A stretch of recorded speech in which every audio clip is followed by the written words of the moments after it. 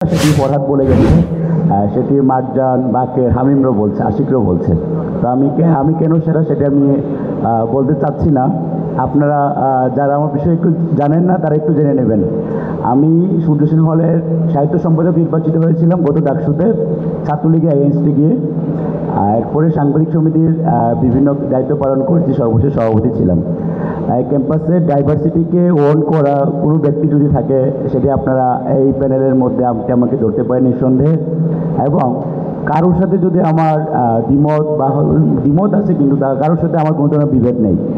আর আপনাদেরকে আমি সমালোচনা করছি না কাউকে, আপনাদেরকে যেটা বলছি যে রাজনৈতিক ব্যক্তিদের যে বিশ্বাস, যে আশ্বাস, সেটি যদি কেউ গত ডাকসু নির্বাচন দেখে থাকেন, তাহলে এইবার আর আপনাদের হয়তো বিশ্বাস করার বা বিশ্বাস রাখার কোনো সুযোগ নেই, বা আপনার সুযোগ সেটি বিশ্বাস করবেন না।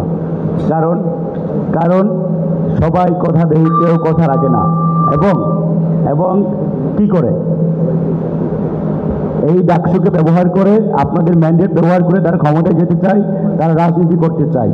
আমি নির্বাচিত হলে আপনাদের ম্যান্ডেটকে ব্যবহার করে কাউকে রাজনীতি করতে দিব না, কাউকে ক্ষমতায় যেতে দিব না।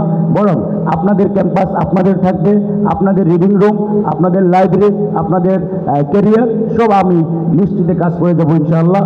এবং আপনারা ভয় পাবেন না। আপনারা আপনাদের যে ন্যায্য অধিকার, ন্যায্য ভোট, সেটি আপনারা যথাসময়ে যথা জায়গায় প্রয়োগ করবেন।